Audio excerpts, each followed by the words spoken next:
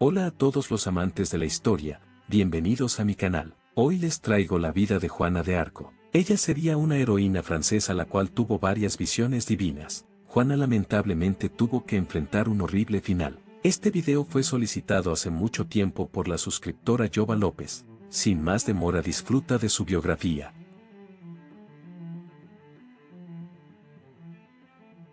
Juana de Arco nació el 6 de enero de 1412, en Domremy, en Francia. Fue hija de Jacques de Arco, y de la esposa de este, Isabel Romée. Se sabe que Juana tuvo varios hermanos, aunque a pesar de que sabemos que su fecha de nacimiento pudo haber sido 1412, ni la propia Juana no sabía con exactitud su edad, aunque todo indica que Juana era la menor de todos sus hermanos. En el momento de su nacimiento ya tenía más que lugar los conflictos de la Guerra de los 100 años, en la que los ingleses se enfrentaron a los franceses para hacerse de la corona francesa. Los padres de Juana eran campesinos bien posicionados, aún así su familia vivía en una casa bastante modesta. Mientras Juana fue creciendo, ella destacó en el baile, además se destaca mucho su figura física. Sabemos que ella era de cabellos oscuros, ancha y de piel muy blanca, y poseía además una voz muy encantadora, y se decía que Juana era una chica bastante amable y de mucho carácter. Juana desde muy joven se convirtió en una chica bastante religiosa,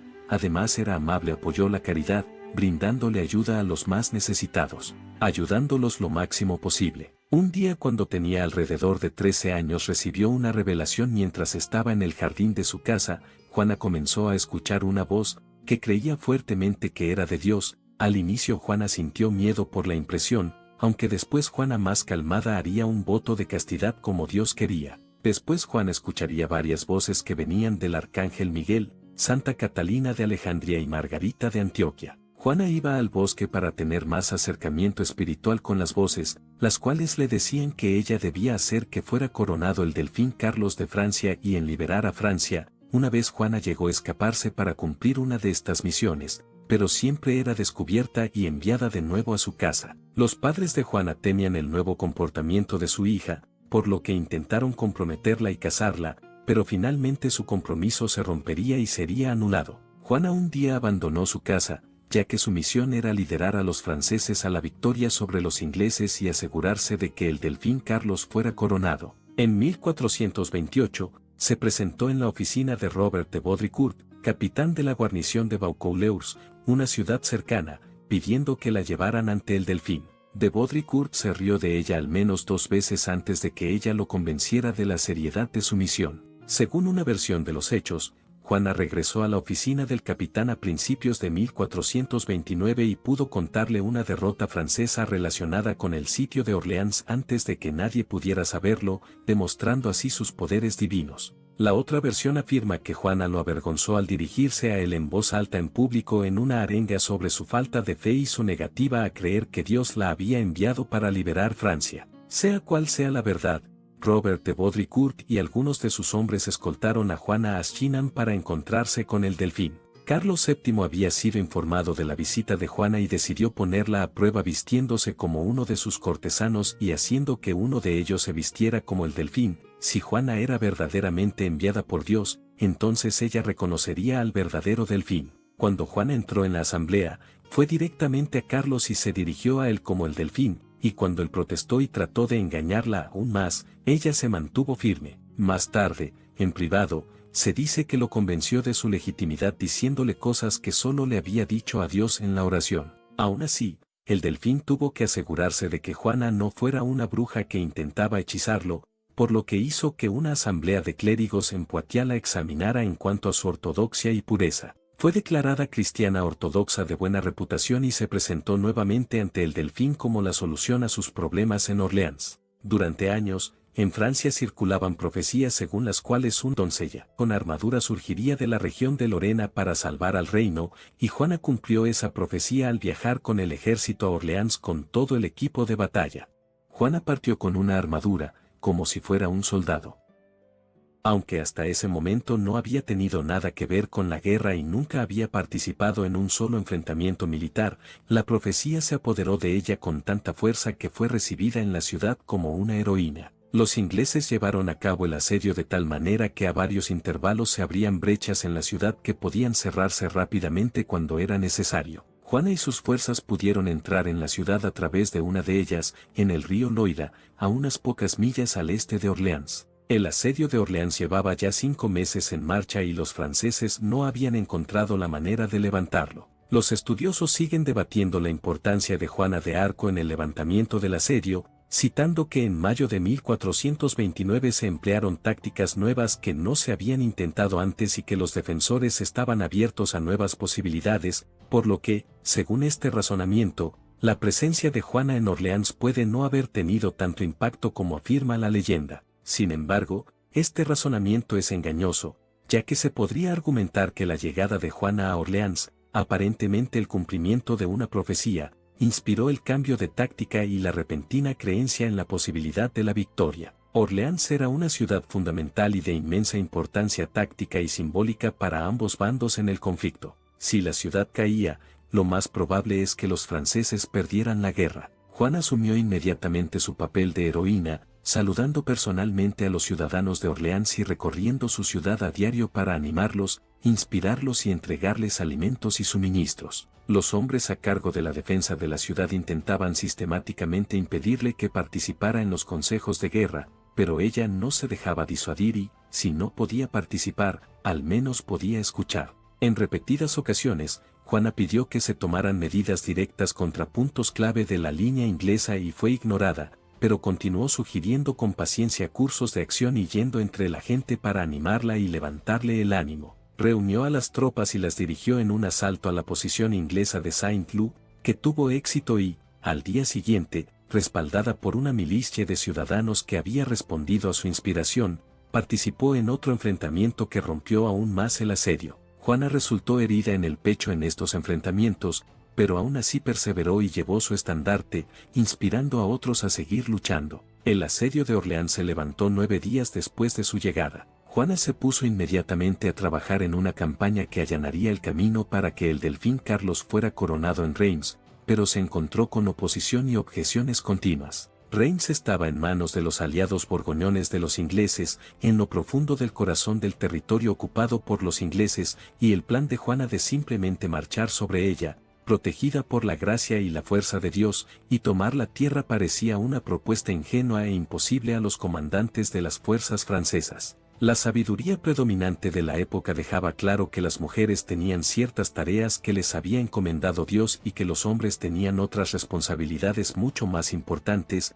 por lo que los consejos de las mujeres sobre los asuntos de los hombres eran simplemente ignorados. Juana no solo era una mujer, sino una adolescente sin experiencia militar ni formación profesional. Aún así, logró convencer al mando para que aceptara su propuesta, ya que su victoria en Orleans atrajo a reclutas de todo el reino para unirse a la campaña del Loira de 1429. Esta iniciativa dio como resultado victorias francesas desde Jargeau hasta Meun, Moyency y culminó con la victoria de junio en Patí, todas inspiradas por Juana, incluso si no estaba en una posición de mando en cada una de ellas. En una de las campañas de Juana, los franceses derrotaron algunos bases inglesas, pero a cambio se habían perdido muchas vidas.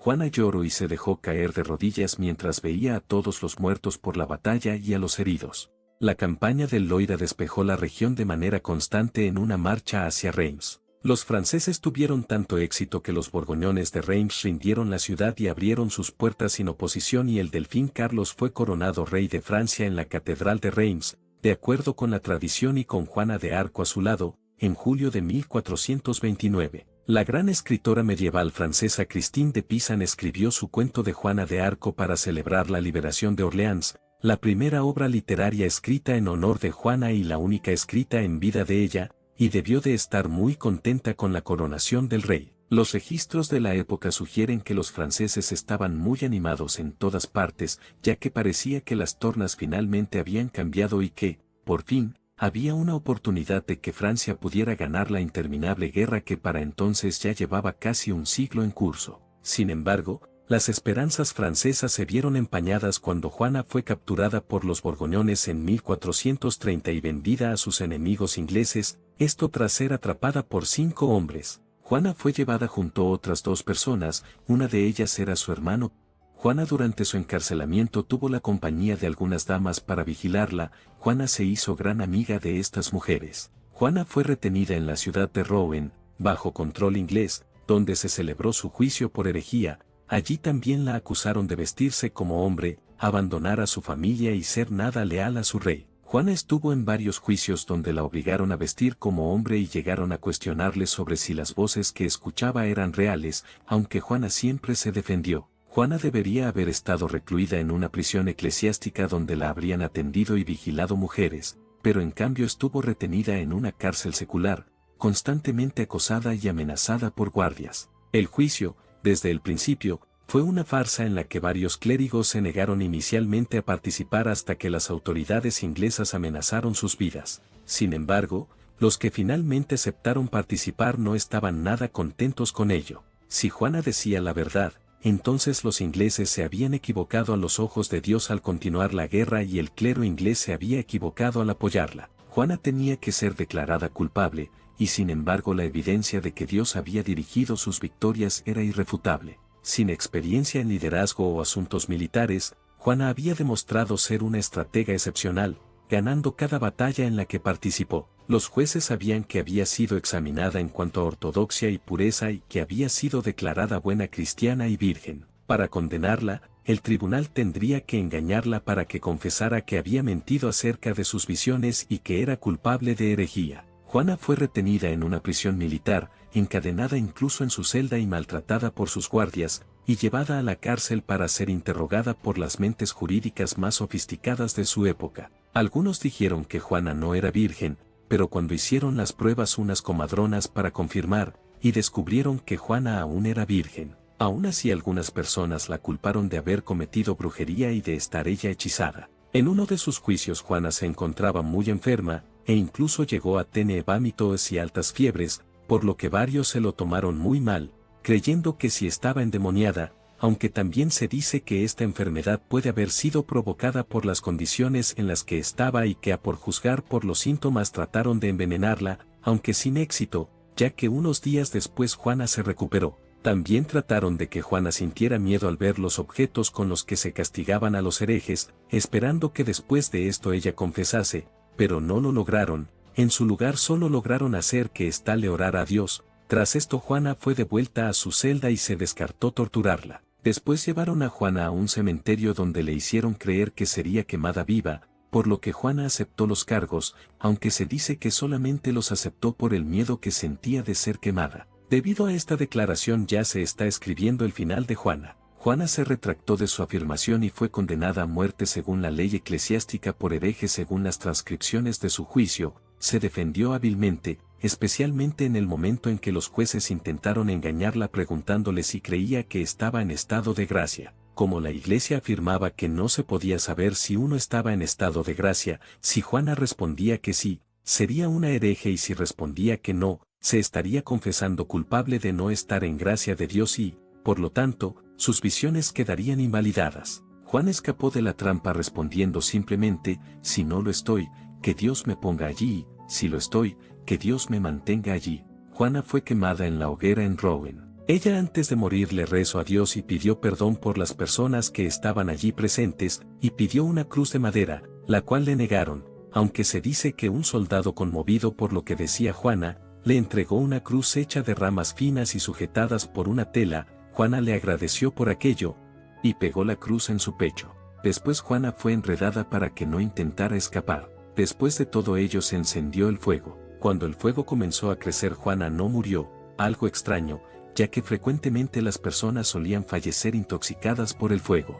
Después Juana pidió que le rociasen agua bendita, aunque cuando las llamas comenzaron a tocar el cuerpo de Juana, ésta comenzó a exclamar el nombre de Jesús hasta desmayarse por tragar tanto humo. Juana falleció el 30 de mayo de 1431. Las llamas siguieron ardiendo durante varias horas, y para asegurarse de que estaba muerta, el tribunal ordenó que su cadáver fuera quemado 2 veces más y sus cenizas y restos fueron arrojados al río Sena. Carlos VII, por quien Juana había dado su vida, demostró ser un monarca indigno en casi todos los aspectos. En general, se lo considera débil de voluntad y apático, especialmente en los años previos a la relación de Juana con él. y se cree que los logros de su reinado de 38 años fueron inspirados y alentados por otros y apenas valieron la vida que se había pagado por su ascenso al poder. Se habían hecho intentos para liberar a Juana, pero ninguno de ellos fue orquestado ni autorizado por Carlos, esto debido a la gran influencia que estaba teniendo su suegra Yolanda de Aragón, quien convenció a Carlos de no ayudar a Juana. Francia ganaría la Guerra de los 100 Años en 1453 y, aunque a lo largo de los años se han publicado muchos libros que sostienen lo contrario, esto se debió a la inspiración proporcionada por Juana de Arco más que a cualquier innovación de las tácticas militares francesas. Incluso un estudio superficial de la historia de la Guerra de los 100 Años antes de la participación de Juana deja claro que los franceses perdieron sistemáticamente más enfrentamientos de los que ganaron y el tipo de tácticas exitosas que cambiaron ese paradigma aparecen después de la victoria en Orleans. Poco después de su muerte, los hermanos de Juana, Pierre y Jean, adoptaron a una mujer, Jeanne de Sarmoises, y la presentaron al público como Juana, afirmando que había escapado de sus captores en el último minuto. Los tres se ganaron bien la vida con esta estafa durante 6 años hasta que Carlos VII se enteró de que Juana había sobrevivido en Rouen, y la llamó para que fuera a verlo. Cuando la supuesta Juana de Arco no pudo decirle a Carlos qué secretos le había revelado en 1429,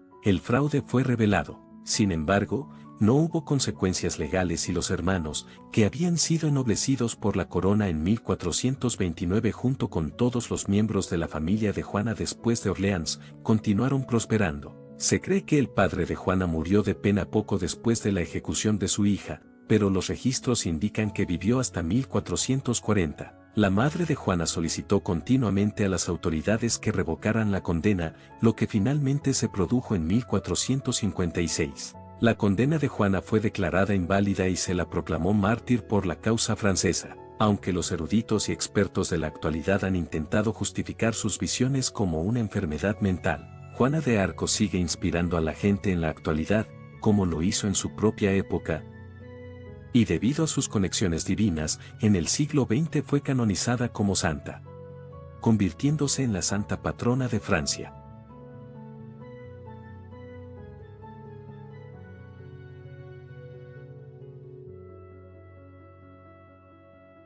Juana fue una mujer de principios, la cual terminó llevando a Francia a la que sería después su victoria. Aún así, Juana fue una mujer bastante utilizada por aquellos que les convenía, ya que después dejó de preocuparle al rey de Francia. Juana fue muy amada y a la vez odiada en su tiempo, y lamentablemente tuvo que sufrir un final horrible, siendo culpa de cargos que nunca había cometido. Aún así, Juana murió como una verdadera mártir, defendiendo aquellos principios que le hicieron llegar a lo más alto.